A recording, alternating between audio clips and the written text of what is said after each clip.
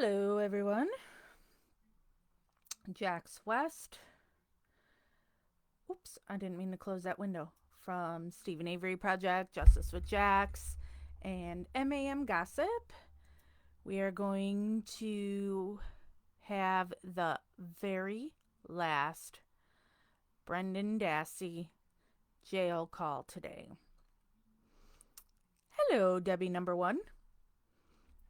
And Bryce.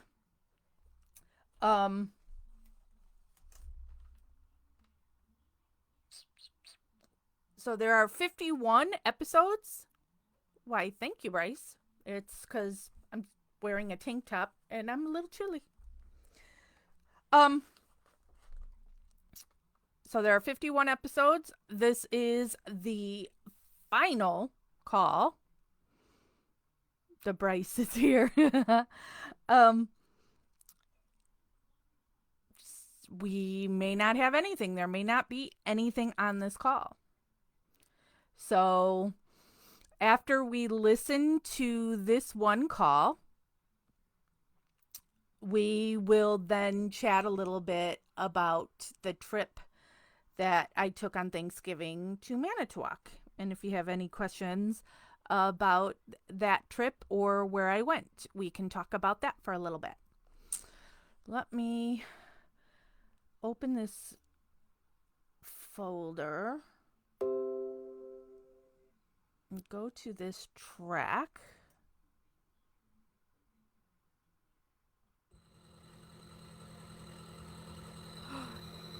So, English, press 1. Para español, marque el 2. let's just knock this out of the way and see what happens with this final call. And then we can talk about things. It looks like somebody is going to answer it. Are we going to end with the Barb show?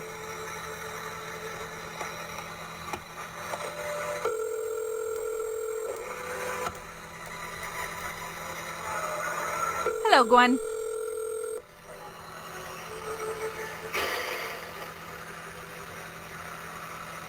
Yes, Denise, this is where we're listening to the last call. Your call has been accepted. Hello, Samantha. Yeah. Oh my God, it's Barb Whiny voice. Yeah. This call is subject to monitoring and recording. Why do you sound down? Huh? Why do you sound like you're down or something? Because it came back with the verdict. Yeah. Yeah. What, today? Yeah. Yeah.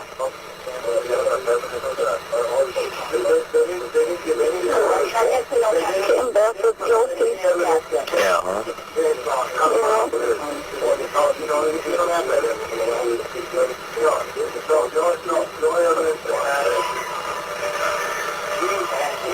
How you doing? Not bad.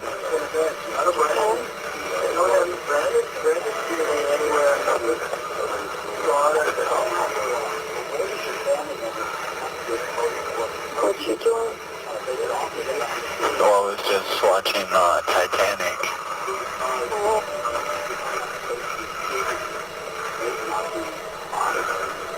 You was on TV? Yeah.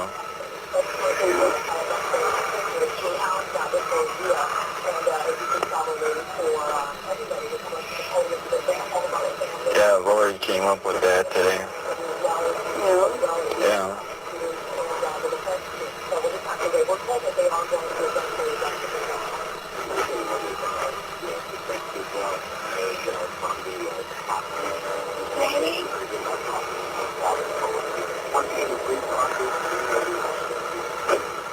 Yeah, I called the house and no one's there, so I called their cell phone. Yeah, nothing.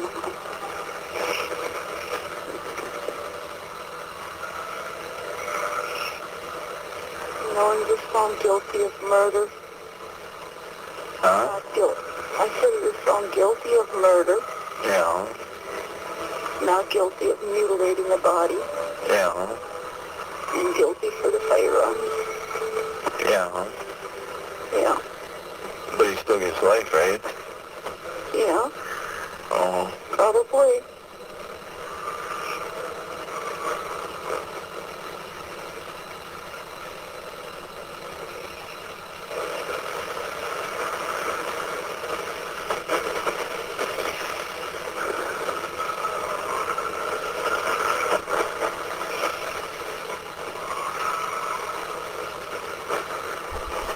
Hi, Cindy. What's wrong? None. Oh. Are you going to be ready for yours? I don't know. Stop, Nana! I don't know if I can get up on the trial or the stand. Why? Well, I don't like getting up in front of people. I know. I know that. You can say, there will be a million eyes watching me. Yeah. I'll be there for you. Yeah. Yeah.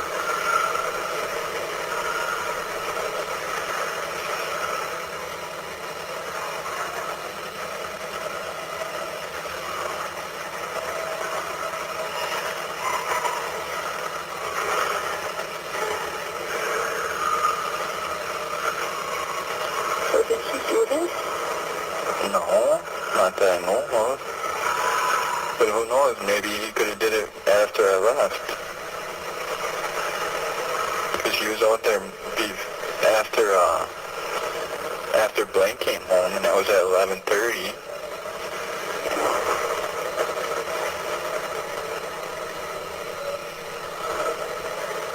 I don't think he did it.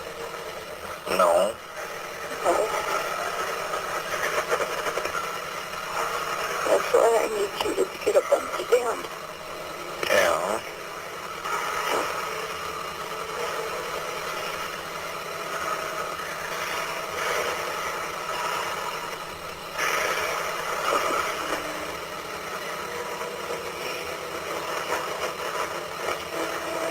All you need to do is tell the truth. That's all I need you to do. Yeah. Yeah. I should you come home.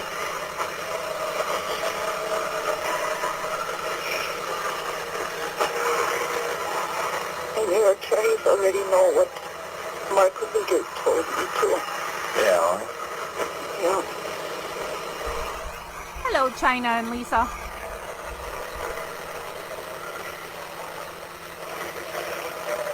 Yeah, my attorney said that if I go on the stand for Steven's trial, that I was supposed to not answer the questions. Why? Well, he said that I shouldn't answer questions that might incriminate me. Yeah. Yeah.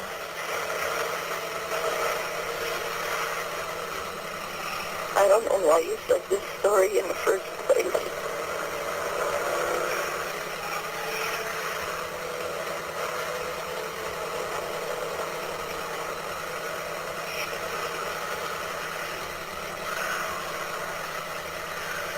Why did you? Well, because, you know, on the day that they first talked to me, I had that project to do with Travis Yeah. and stuff with, that Crystal broke up with me and that. Yeah. Yeah. Wait, no, I was with Emily then. Well, I was stressed out for that project and that I was going to see her on that Wednesday. Yeah. On the 1st. Yeah. Yeah.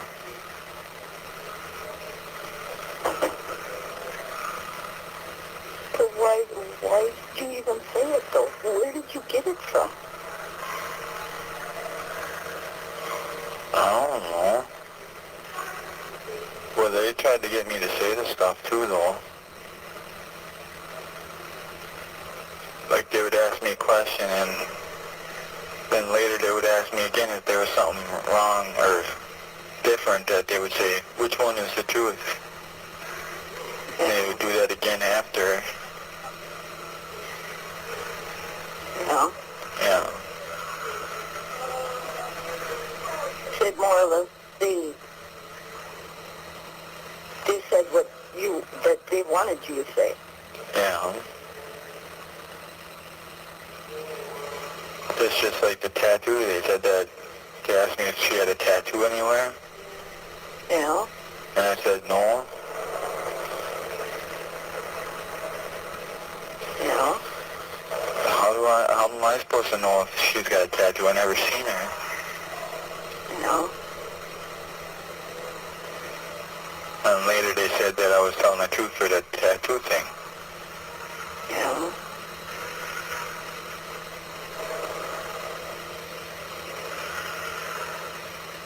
All I gotta say is you better come in. Yeah. All I gotta say.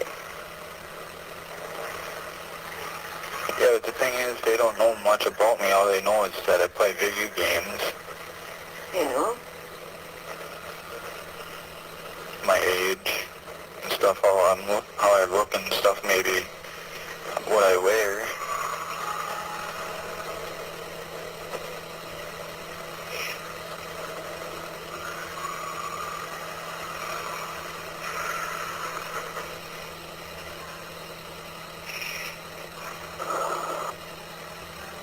When did you talk to my attorney? A while back. Yeah. Oh yeah, he knows. He knows everything.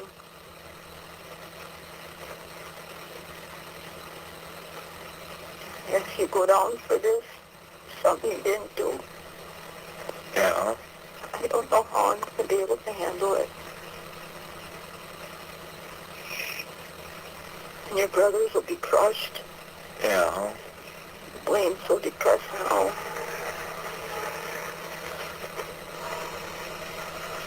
He don't even come home. Yeah.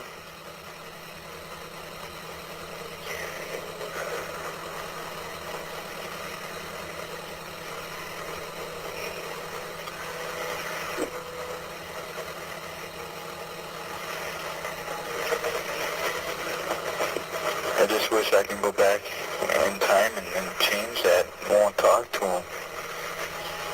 No, well, you can't. No. You should have said that you wanted somebody there. Yeah. That's what you should have said. They should have that. Well, no, if they want to talk to someone under 18, they should have a parent there. That's right, they should. Yeah.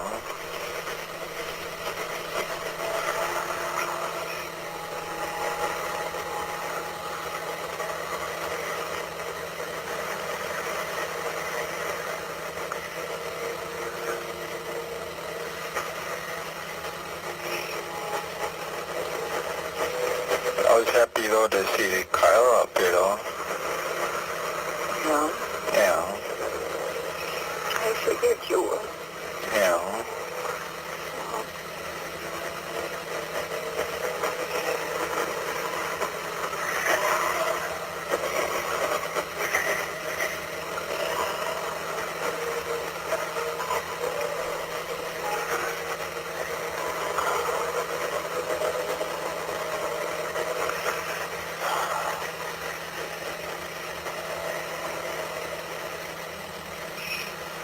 Yeah.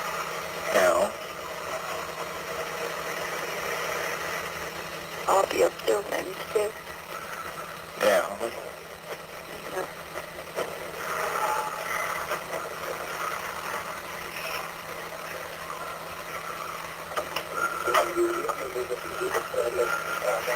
So do you know when the next time Carla's going to come up? I don't know. No. It'll be on a Friday. Yeah. That's the only time she got on.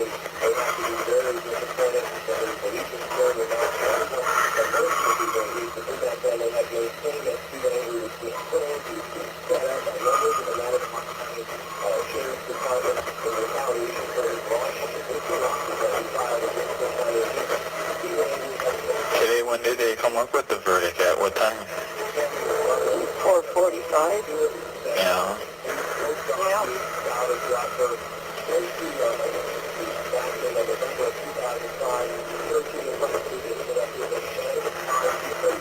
That's when I was done eating.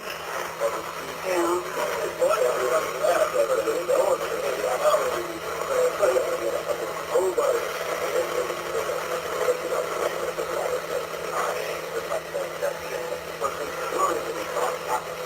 I just wish that, when they do that hearing on whatever it is, like, get that homicide drop, then it The won't, what? the homicide in there, the charges or whatever, Huh? What was that? if the charges get dropped at that one hearing, they would have to let me go, right? Yeah. 'Cause if they get the charges dropped, they won't have nothing on. You have 1 minute left. They don't have nothing on you anyhow. Yeah, I know that. Nothing. No. But your stupid statement that you made. Yeah.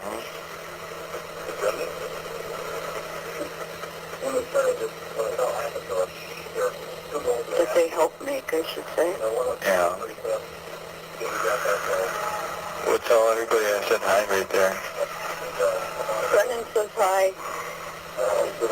Carol said hi. Yeah.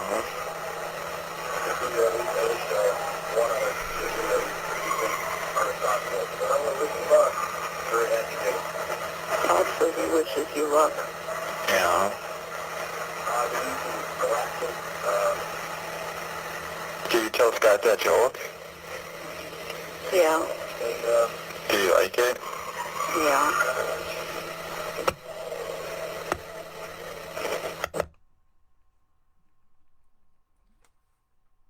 Jeff, are you staying home? So, you may have noticed Jeff has come home from work and he went underneath this backdrop and he shook my chair and scared the shit out of me. I don't know if he's home permanently for the day or if he's going on to his other job. So the final call.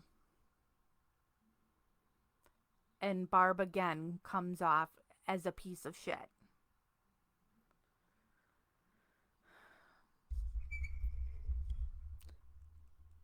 You shouldn't be talking about woe is me when he's the one that's in jail and it's his life that gets taken. And the kid has no concept of what is going on because his voice is the same as always. So Stephen has just been found guilty that day. And you would think, since that's your co-defendant, I guess, if you want to call it that, you'd be a little upset and thinking, holy crap, this is not looking good for me. But that's not even registering with Brendan. And he's even saying he's hoping at his hearing they're going to drop the homicide charge. When there's no way in hell they're going to drop it. He didn't play ball with them, other than giving them the rope to hang Stephen with. But he didn't testify against Stephen. So you're not going to get any special treatment. Nothing is, there's no deals for you. They're not going to drop your homicide charge. But the kid just really doesn't get that. And then he's got his mom saying, alluding to killing herself again. Because that's what he needs. And right, Tamara says, I understand her life is affected by all of this, but it's not about her. It's about Brendan, who is in prison, and she can't seem to understand that. She absolutely should be sad and upset. I would be if that was my son. But when you're talking to him, you have to swallow that and be on the positive side for him. You know, don't give him bullshit. Don't give him lies. Don't make him think he's, this homicide charge is going to be dropped and all that. I'm not saying that at all. But when she's like the only person he cares about, and for her to be making it out like she's going to kill herself, it's so not cool. She should be, since all this is not registering with Brendan, right? He's not getting this. So she should be talking about Harry Potter, songs, poems. Something not the case. You know, just like when I tell you Melissa Kaluzinski or anybody that you write, don't ask them about their case. Don't tell them you feel so bad for them. Tell them about yourself and what you like, because they're already inside their head 24/7 thinking about their case and their predicament. So don't make them think about it even more. Talk about what you watched on TV last night, what book you read, something like that. And then you have Barb doing the constant, I don't know why you said what you said. Again, I get that. It's hard to understand why Brendan would say these things that never happened. Even in knowing he was coerced into it, it's still hard to understand. You know, because until you're in that situation, you don't get it. And yes, Brendan has the low IQ, but it's not just low IQ people who get tripped up by this. You know, the Marnie Yang case, she's one of the most intelligent people I've ever met. She was coerced into a false confession. The exonerated 5. They're not, now they were black poor kids, but they're not dumb kids. And they confessed to something they didn't do. So you don't have to be low IQ. These people are trained to get you to say what they want you to say. So it's hard for those of us who haven't gone through it to understand. So I get her saying that. Or thinking that, but not to constantly say it to Brendan. You know, I understand why Brendan's grandparents are upset with him and why Stephen is upset with him, because they said the kid never should have opened his mouth. I get it. That's why you would think that. But then you have to look at the whole picture. And Brendan is a victim.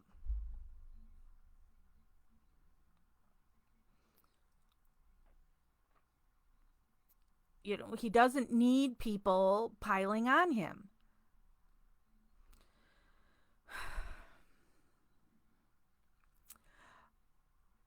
It's very upsetting to me that this is who Brendan has in his life. And once Making a Murderer came out and has now made this family like gods to people, to the fans of the documentary, who won't see the whole picture, and they just want to feel bad for the family, and they don't see how this family were all part of it. And Barb has used Brendan for attention, for money.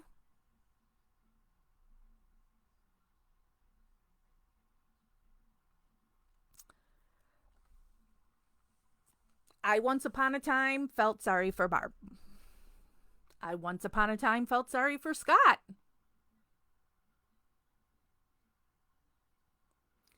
But as you dig deeper and see more of the evidence,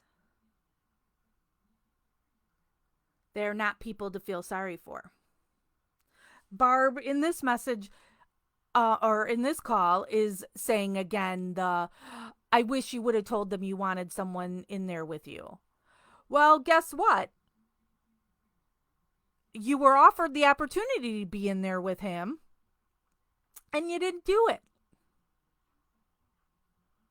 Except for the time when they paid for you to have a free night at the local resort, Fox Hills, which is in the same town she lives in.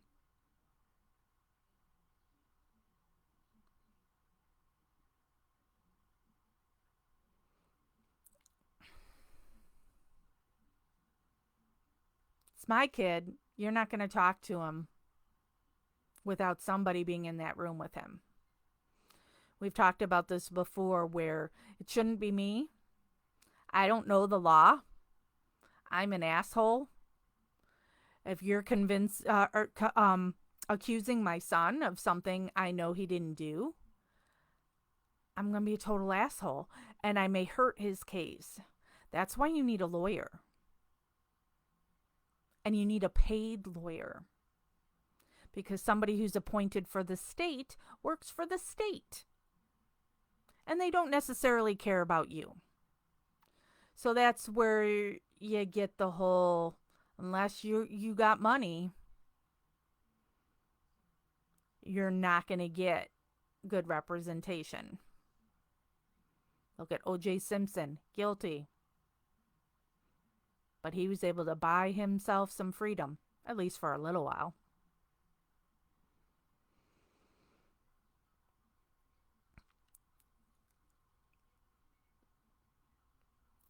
Sarah says, people who allow their emotions to judge people become biased. Yeah. I'm somebody who, I say I'm a proud flip-flopper.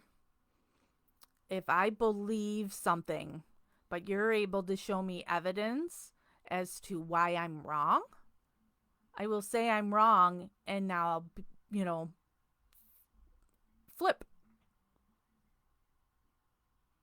So I was convinced at some point that Scott Taddock was innocent, when I was more on the thinking that it was Ryan Hilgas.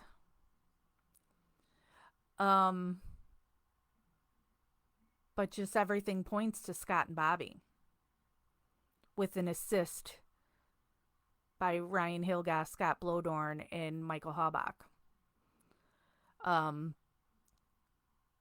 Actually, they didn't assist Scott and Bobby, but Manitowoc Sheriff's Department.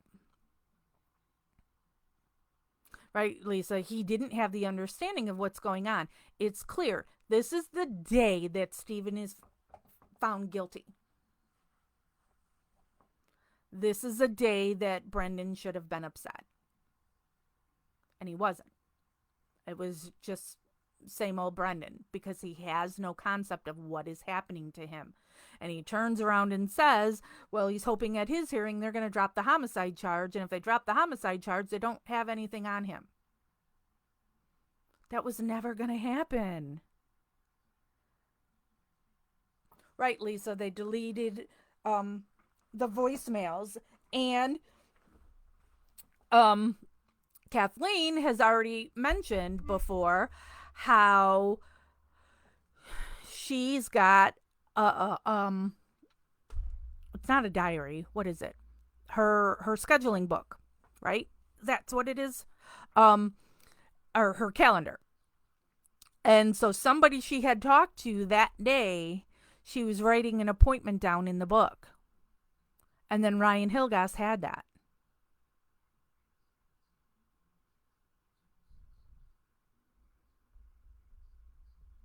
How did he have that? So I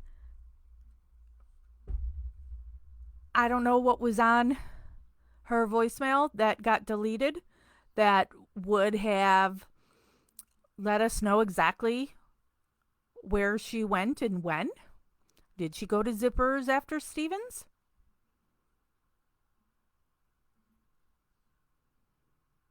So, or was there a voicemail of Ryan Hilgas upset with her? Daily Planner. Thank you, China. Um, because now they had just seen each other a couple nights before that at her grandfather's birthday party, right? Costume party.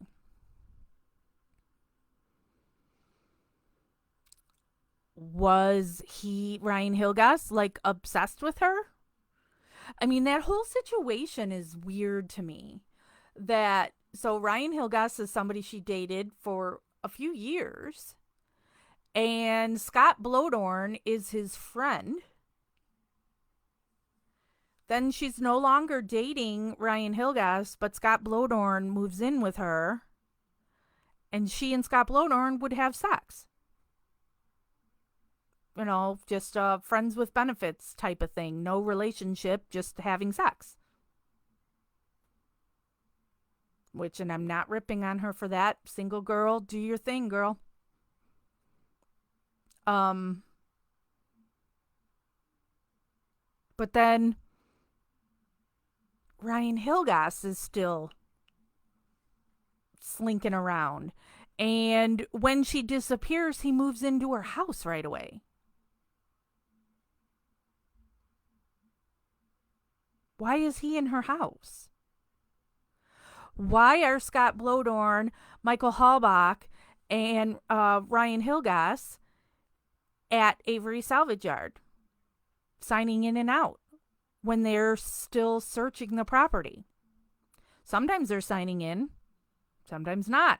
Sometimes they're signing out, sometimes not. Sometimes they're using fake names. Why are they coming and going at the salvage yard? Yet when Dolores Avery needs her medication, there's an issue not wanting to let them on the property. But you're going to let the alleged victim's family and old boyfriend on the property? So I believe the car was found at the turnaround. No key. So the three guys then helped Manitowoc because they had then the valet key, because her master key is still gone. Nobody's ever found her regular key. They used a valet key and then moved the car from the turnaround into the salvage yard. There are witnesses that saw that car going in through the back way, going through the quarry, and that a white Jeep was following it. Was it ever confirmed that it was Colborne that had a white Jeep back then?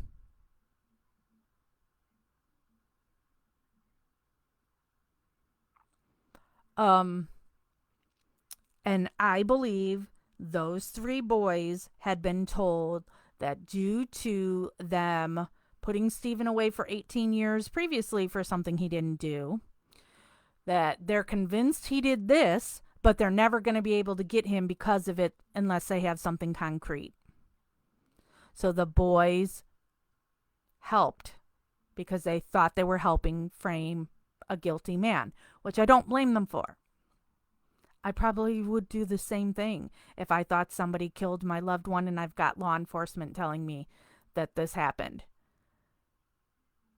But I also would be looking at all the evidence of everything.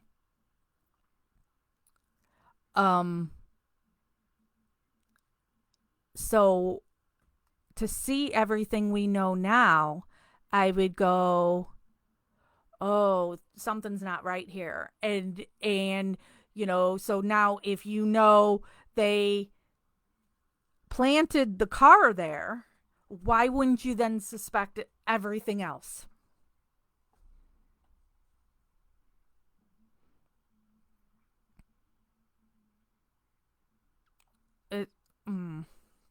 And yes, it's the final countdown. I think I want to play this call on Stephen Avery Project. So I'll find out from Jeff. Yeah, he's still here. I'll find out from Jeff if he's staying home or going to work or doing something or whatever. And so if he's busy or whatever, then maybe we'll go on Stephen Avery Project when we're done with this video and play this call for people who don't follow the case like we do here in Gossip, for them to hear this. I think this is a significant call to, again, put you in the mindset of Brendan. Just no real reaction to his co-defendant being found guilty.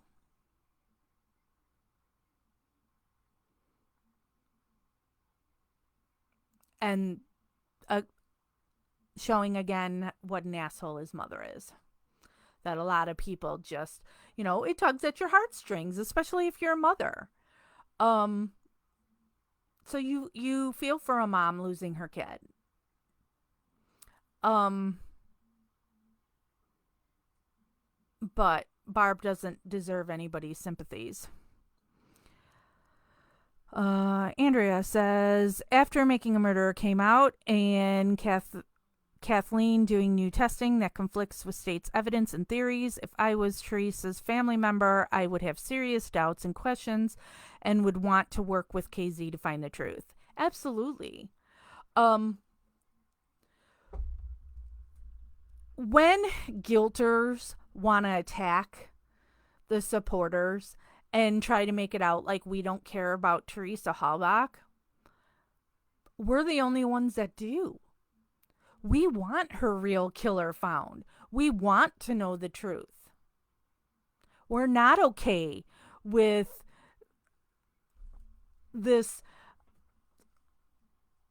story being made just to get Stephen because they want to get out of a $36 million lawsuit. The evidence is obviously planted. I'm not a tinfoil hat wearer. I look at evidence and facts. I'm not out to get law enforcement. But everything points to Stephen and Brendan's innocence.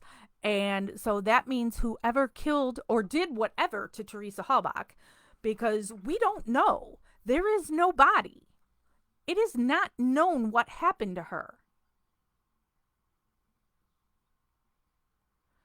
So somebody should care, and we care. We care what really happened to Teresa Halbach.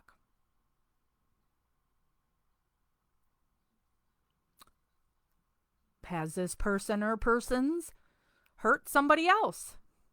Done something else to someone? So instead of looking at what really happened, you've put more people in jeopardy.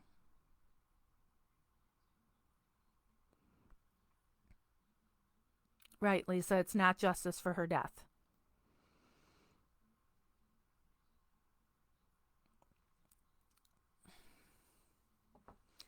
I am happy for Brendan that I know he does talk to people who learned of his case through Making a Murderer, and these people put him in a happy place.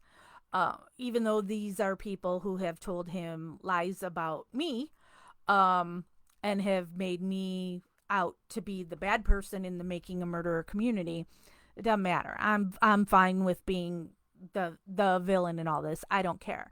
I'm happy that he has people outside of his mother to talk to who do care about him. And in that respect, it's probably a better life than he would have had if this hadn't happened.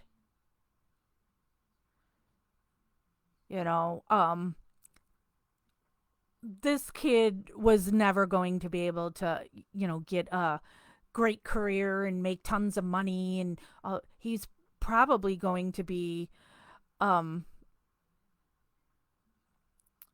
dependent on his mom for his entire life, and not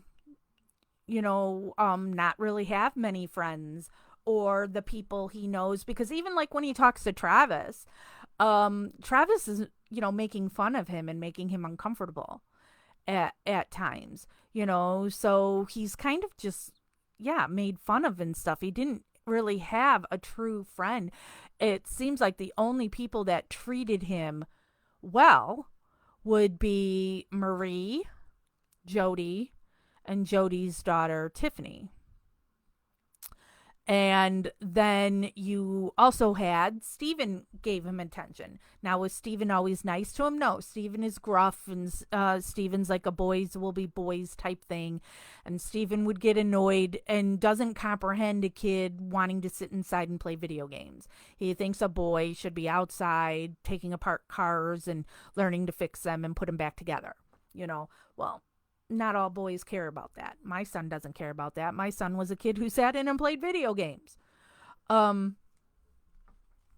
everybody has their hobbies and, their strengths and weaknesses. My kid wasn't an athletic kid, nor is Brendan. My kid was a smart kid.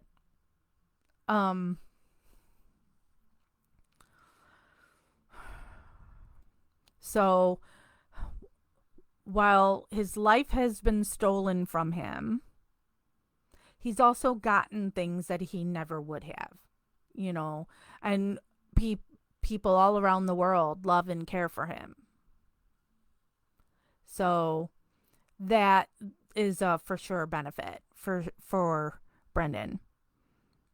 And Andrea, I want justice for Teresa first and foremost. I feel like the dead can never be at peace until their truth is told. Yeah. Debbie Kelly says, it's the no body bit that gets me. Right. There's never been any concrete proof to whatever bones they had are Teresa Halbach. And even if you are able to say that's Teresa Halbach, with everything else planted, so would the bones be. Manitowoc County Sheriff's Department should not have been any part of this case. You lose all credibility by having these people who gained something by Steven being found guilty for this. Don't give me, we didn't have enough people, so we needed them. And then, look, anything that was found by Manitowoc Sheriff's Department, not Calumet.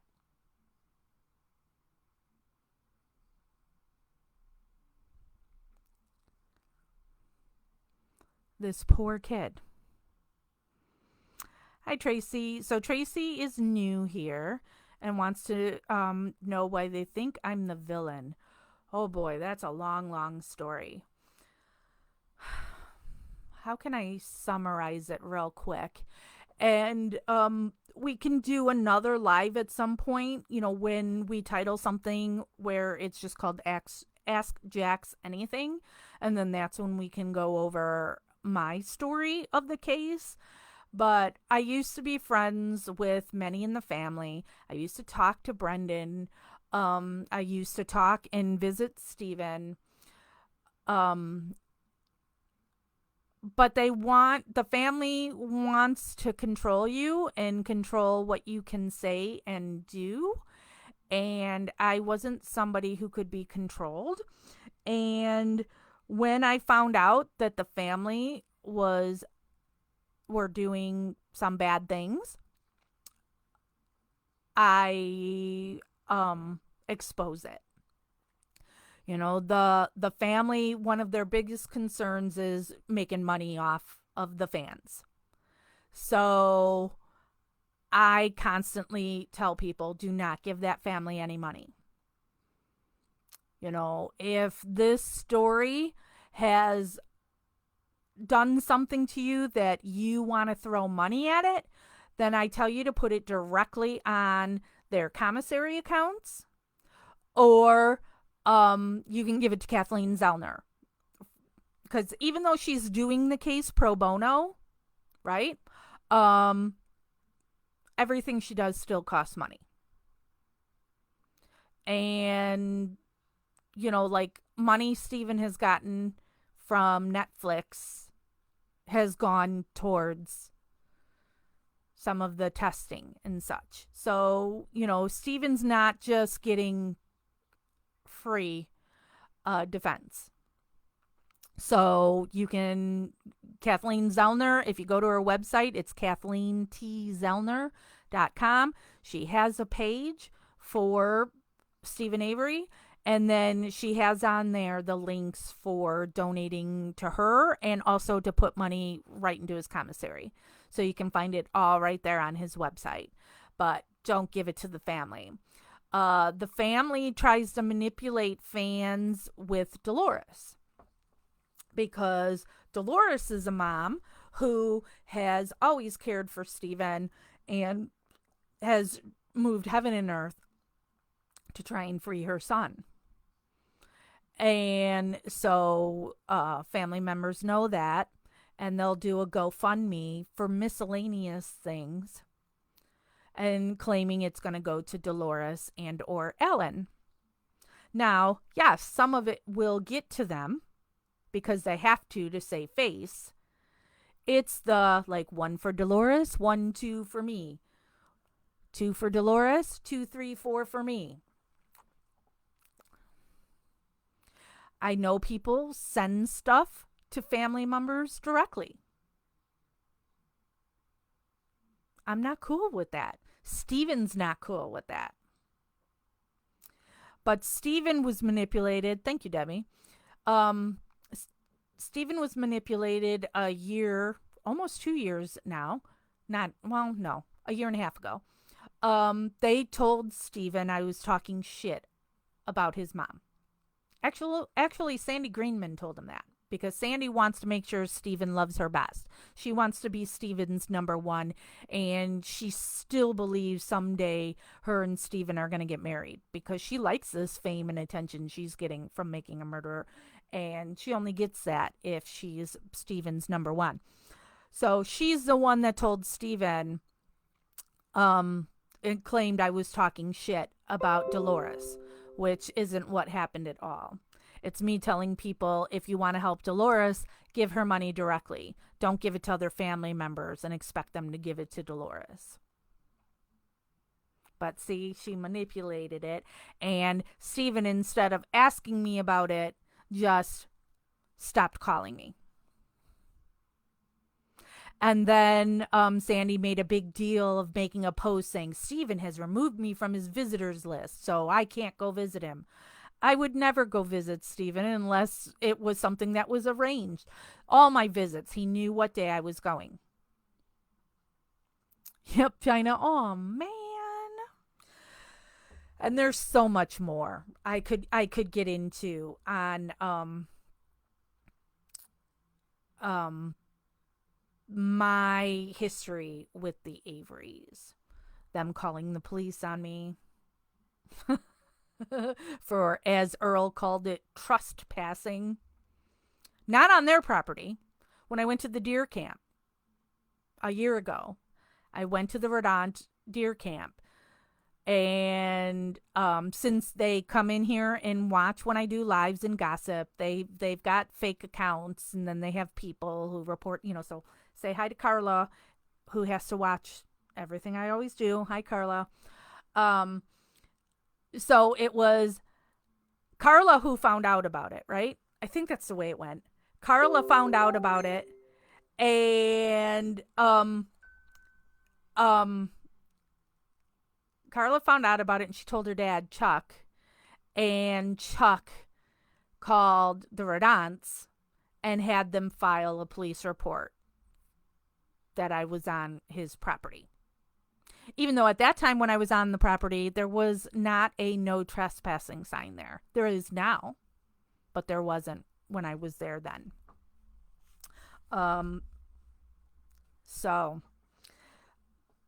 It's a ugly, sordid history between me and the Avery family.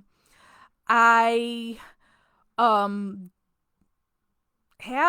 started it years ago. I do have a book that I started writing about my experiences in the Avery case. And maybe one day I will get back at that. Let me see. Is Jeff still here? Yeah, okay. Um so we can go over that more. There's also an article I wrote that has been posted in here before, and it's titled something like My Making a Murderer Story, that tells how I first got involved in everything that went on there. So, but let me say that the next live I'll be doing will be on Thursday. And that is going to be on the Justice with Jax page. And I think Christopher has it titled like an Ask Jax Anything. But we're going to be talking about the new crime series we're going to be doing over there on Justice with Jax, where we divide up into teams and discuss what we're learning about the case as we research it. And I just purchased today Zoom, the pro version of Zoom. So I'm going to have to play. I was going to do it for this call, but then I'm like, I'm just doing this one call. I shouldn't mess with it right now. So Zoom connects to Facebook. So I would be able to do a Facebook Live from Zoom. And then that way we would be able to have multiple people on at once. So I would be able to have up to 100 people. So when we divide into these two teams, we could have the leaders of the teams on Zoom, where we then all discuss it. And then on Facebook Live, you'll all be able to see it. But then I think there's like a 20-second delay. So it'll be something we'll have to get used to, that we will have said it, but you on Facebook won't get it until 20 seconds later. So we'll get that all figured out. So I'll be live there on Thursday. Same time. I try and do everything at 1 p.m. Central Time here, my Central Time, because I just feel that maybe this 1 o'clock is the best time for y'all in all the different time zones around the world. And we're at 53 minutes right now, and I always try to keep these videos to an hour long. When I end this video, I'll check with Jeff and see if he's home for the day or if he's leaving. If he's leaving, then I'll probably end up on Stephen Avery Project, the page, and play this last Brendan call there for people to hear. And then I still have to do a review of the final block of calls we did, where I just read through all my notes. But like, see the black ink? That's this last call we did, the notes I took from that call. Now, most calls don't have that many notes. That call actually had some interesting stuff. Jesse asks, how was your trip to Wisconsin? And that's something I had planned to talk about on this video, but now we're coming up on an hour, so we won't get well into it, and maybe we'll do that on Thursday. I thought it went well. We didn't get lost like we've done in our prior trips to Wisconsin. I never want to tell y'all in advance when I'm going, because of the family calling the police on me. Even though I don't go on their property, I'm not going in the salvage yard, I'm not doing anything, but the family wants to mess with me when I'm in the area. So that's why, we did the little surprise where, claim that we were going to cover the last call, but we were really in Wisconsin. So, and I had never done it this way, where it was, all right, let's follow the alleged schedule that Teresa had for the day. And I didn't bring it up here with me, and I meant to. I've got my notes because I took down the time when we got to each spot to compare it to what they said. So that'll be something we'll discuss. So, we'll be setting up another live that we can just talk about the Manitowoc trip, and you can ask me a bunch of questions. And in the meantime, too, for those of you who are new, if you go into the videos here in Gossip, and it is a pinned post also at the top of the page, because I know that sometimes it's difficult depending on your browser, if you're on a phone or a laptop or a tablet or whatever. Sometimes you can't find where all the videos are. So there's a link for the videos, that pin post in the announcements. So we've gone to Manitowoc like 5 times and done different videos. So you can go into our videos and go look at our last, all of our past trips there.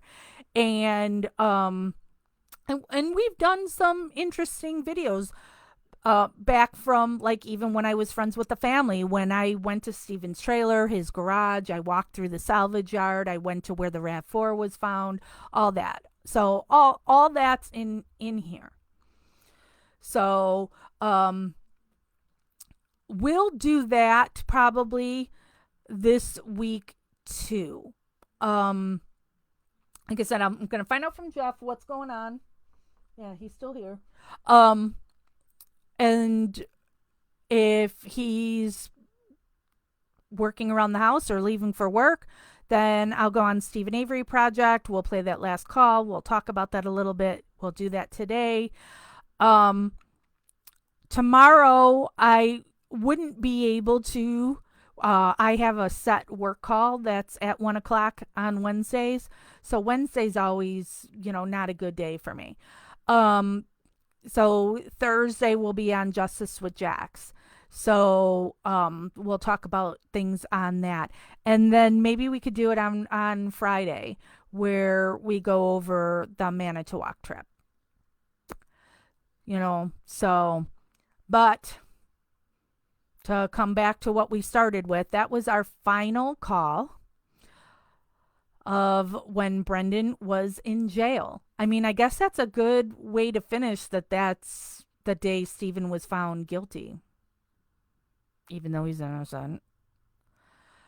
You can hear all of those calls in those videos. They're all in there, where I tried to make each episode about an hour, because I didn't want it difficult for somebody to start it and then have to stop it and then try to find where they were and all that. So by making it an hour, trying to do no more than an hour and a half, that maybe it's something somebody could do in one sitting.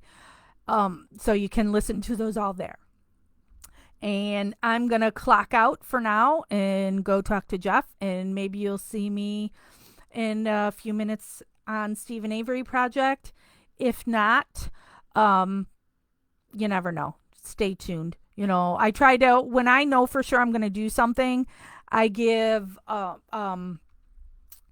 Christopher the heads up, and he schedules everything. Oh, and let me show you this that I dug out. I've got a trailer in my yard, like a car trailer thing that I refer to as my she shed, Cheryl, and that's where I keep a lot of my like activist stuff. And I had to go out there the other day to look for something for a friend of mine, and I dug this out that I have to have Jeff fix.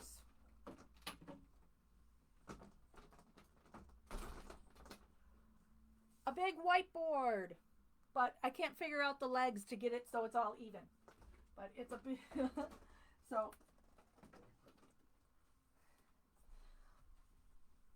I'll have Jeff fix those legs for me, so I'll be able to have that in my background at some point where we talk about we really need a whiteboard, and we do the how is all the family, all these people related.